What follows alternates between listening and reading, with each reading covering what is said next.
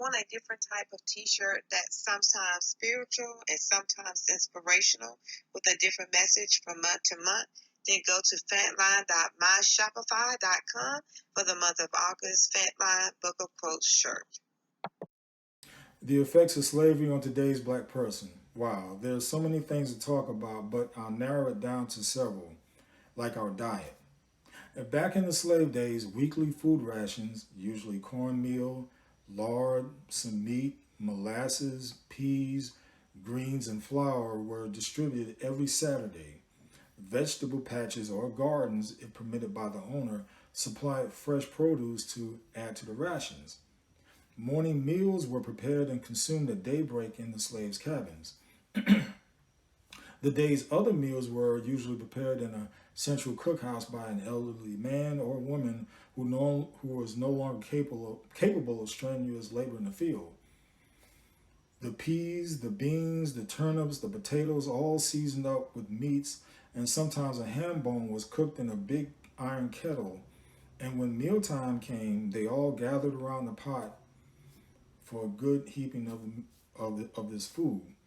Now, this took place at noon or whenever the field slaves were given a break from work. And at the day's end, some semblance of family dinner would be prepared by a wife or mother in individual cabins. The diets were high in fat and starch and were not nutritionally sound and could lead to ailments including scurvy and rickets. Enslaved people in all regions and time periods often did not have enough to eat. Some resorted to stealing food from the master. House slaves could slip food from leftovers in the kitchen, but had to be very careful not to get caught, for harsh punishments awaited such an offense. But overall, it was the pig that got us through. We pretty much consumed every part of it to survive. And as I pointed out, we would get rations. And yes, there were other meats, but the pig has the most variety from its ears to its feet. And yes, even its intestines, aka as we know it, chitlins. And though the pork chops and bacon and sausage, just to name a few, taste good, it's a big part of our dietary staple that we as a people consume heavily. We're God fearing people, but when it comes to food, we sway away from God. And in the Bible, He tells us not to eat swine. And God knows our plight because you had to do what you had to do in order to survive. But from generation to generation, the pork product has had a stranglehold on us. And in the long run, it has led to high blood pressure, cancer, and many other life-altering sicknesses. So, overall, we have to do better in what we put into our bodies because it's no excuse anymore to say we're too poor or not knowledgeable of what's going on. Now, next on my list is an inferiority complex. From generation to generation, we've been downtrodden for so long that it's embedded in our psyche, and I'm talking about an overall effect. I'm not talking about each individual. We've been nurtured to believe that white is right and black is wrong. We've been led to believe our history books and not to question it. But when there's a discovery of black excellence, we seem to question that. I recall as a child, every show I saw had white people in it.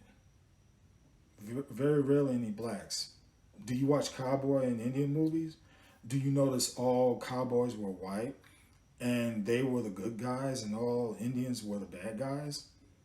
White women and white men were handsome and beautiful while black women and black men were not as desired. We straightened our hair so it can flow like a white person, and we bemoan the fact that ours is kinky. I remember watching a Sanford and Son episode where Fred needed to go to the dentist. And he specifically asked for a white dentist because he thought the black dentist was ill qualified. But come to find out that the best dentist in that facility was a black man. And Fred was always pro-black this and pro-black that. But when it came to certain things, just like Fred, we as black people are conditioned to think that white is better. But we had so much doubt and fears and lies that have accumulated our psyche to the point of self-hate. Now is the time to get rid of the muck and mire of the garbage that we've been fed and to embrace and celebrate who we are. Next I have is our mistrust towards each other. And black people, you know what I'm talking about. Seems like when one of us is making a climb towards the top, we're like crabs in a barrel where we want to bring that person down and keep that person down. With those of us who are already down, instead, we should be lifting each other up and helping each other. But it goes back to the slave mentality, where the white man puts us against each other, whether it be in a fight to the death, from back in the slave days, where the master would place bets on their prospective boy, so to speak. You have light-skinned blacks versus dark-skinned blacks. We have gangs fighting each other. We have those who sell out other blacks to gain profit from white people, whether it be money or friendship. And no, I'm not talking about Uncle Tom from what you heard, which is a wrong description, because the real Uncle Tom was a man who uplifted his blackness. But that's another story. The name Sambo is more in line of what we're talking about. The black person or man who sells out his people for profit or for friendship. And as a people, we'll never get anywhere until we come together as a people. The next is identity crisis. And for all those parallels I'm talking about through the years, we have so badly wanted to have someone else rather than who we are, be someone else rather than who we are. As a 7-year-old, I wanted to have my hair straight. I wanted it to be like the white people I saw on TV. But I couldn't understand why I had this kinky hair. Why was my hair like this? But I'm not the only one who wanted to change the texture of their hair. We've dyed our hair blonde. We did this and did that. But within the past 20 years, we've started to embrace how we look. And at the same time, we have white people who are trying to look black.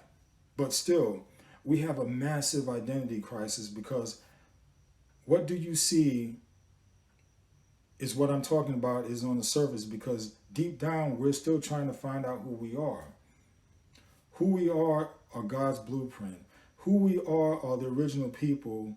We are the people where all other people started from. Our hair is kinky because where we started from, being in Africa, God made our hair like this for a reason, because in the sun, our hair is more conditioned to be in that type of environment. The color of our skin is conditioned to survive in that type of environment. And even our noses. We are uniquely made, and it's time for us to know our identity. We are children of God. And next on my list is generational wealth. Here in America, we started out from the bottom and as low as anyone has ever started out here in America. And at the end of slavery, we were promised 40 acres and a mule, for which we never received. But yet the Native American was given land. And after World War II, Orientals were given a stipend of money to get themselves back on their feet. And several other situations of people now deemed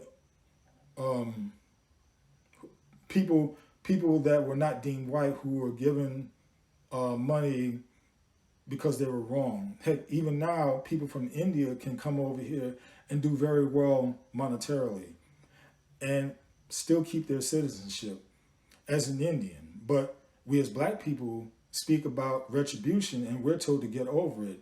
And yet, all we wanted is fair and equal treatment. And because of these prevailing attitudes, um, when we were slaves, we were duped in believing that we are no more than what we've been shown to be. But have you noticed that schools don't teach about the stock market, but yet it's an integral part of our society? Schools don't teach about bonds, and they don't teach about credit and many other things.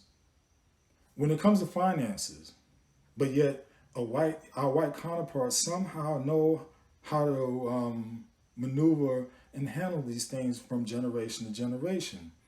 And the sad thing is that a typical black neighborhood talking about stocks and bonds, if you were talking about stocks and bonds in a typical black neighborhood, you'd be looked down upon. But that has to change. That has to change real soon.